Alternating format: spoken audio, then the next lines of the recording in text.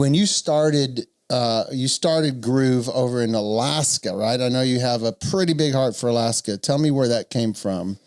The heart or the how heart I started for Groove? Alaska. Then let's hear about. Yeah, well, I was born there. Oh yeah. And, I was pretty much raised there seasonally my whole life. My parents or my family was in the tourism business.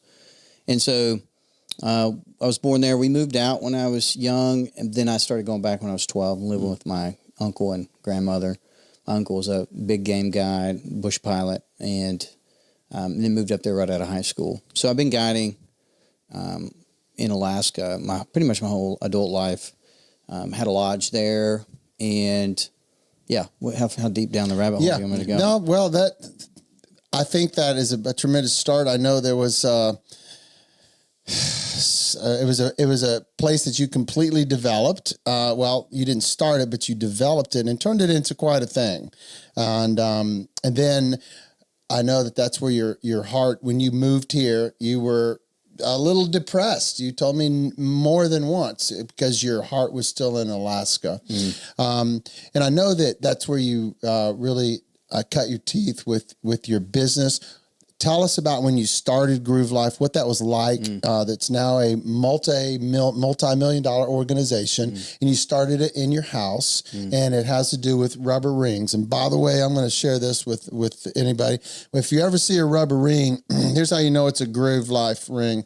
You look and you see the little grooves on the inside. From what I understand, it has to do with helping keep the sweat off, I think, and help it air out. But even if that's true, that's what I believe always about your rings. But how did you start? Why did you start that of all things? And what kind of obstacles did you have to come? Well, I'll back up a little bit and just say, I was in the tourism business my whole life and, mainly guiding for others.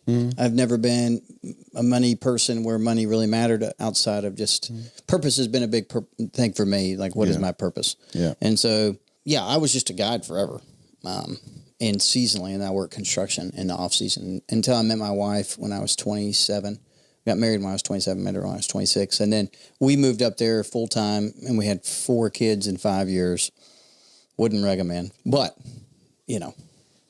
things happen. You got it done. Things happen. Got it done. Yeah, fertile. Yeah. So, Myrtle. So when we started having kids, I was faced with do I go get a real job? I don't have a college degree. So it was kind of like, do I get a real job as a construction manager or something, or do I raise money and try to build a lodge? So we ended up finding a few people to give us some money, and we built, that was my background. So, I knew how to, guide. So we built a lodge in remote Alaska. So you had to fly there. Many years we had an airplane. That's how we went and got our groceries. And, awesome.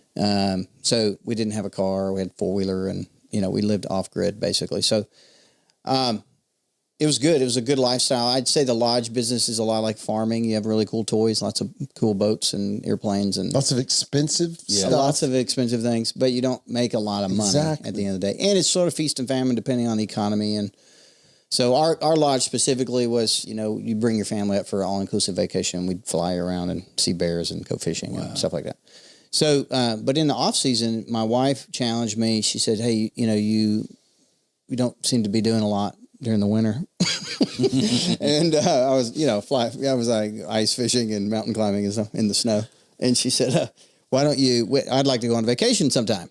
So she hates that I frame it like that. But we were looking for a little extra money and kids' education fund, and we had a bunch of little kids running around, or crawling around rather.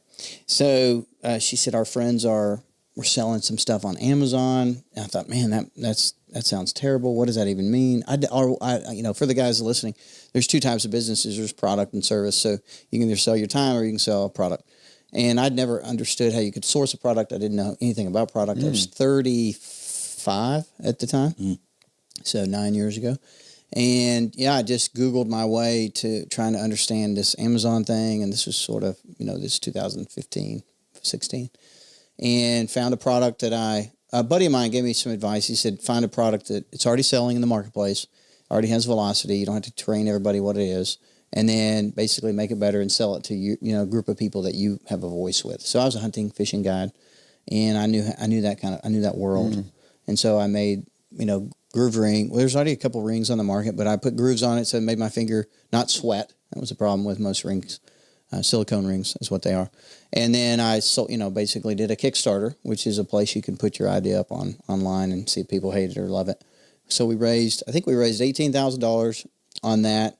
And I kind of spoke that, if you're a hunting, fishing guy and you're an outdoorsman, you can't wear a metal ring. It'll rip your finger off. That's and it clinks. Clinks and stuff. Yeah. So anyway, we raised, and I thought that was a ton of money for not having to sell a trip. You know what I mean? Wow. It's 18, it's happened. No doubt. So yeah, and it was pretty much up and to the right. So within a year, that business Groove had outgrown our lodge, and it's just been hair on fire ever since. And I say that. I mean, the last couple of years have been tough with post-COVID, now tariffs and all this other jazz. But nothing's easy in life. But I think it's forced me to become somebody I wasn't. In a good way, challenge me. So, with these new challenges, have even made you do that even more? What do you mean? What you're saying?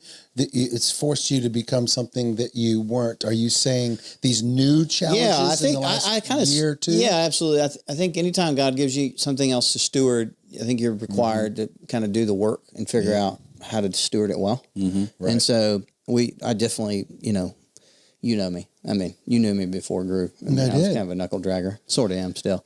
But I think when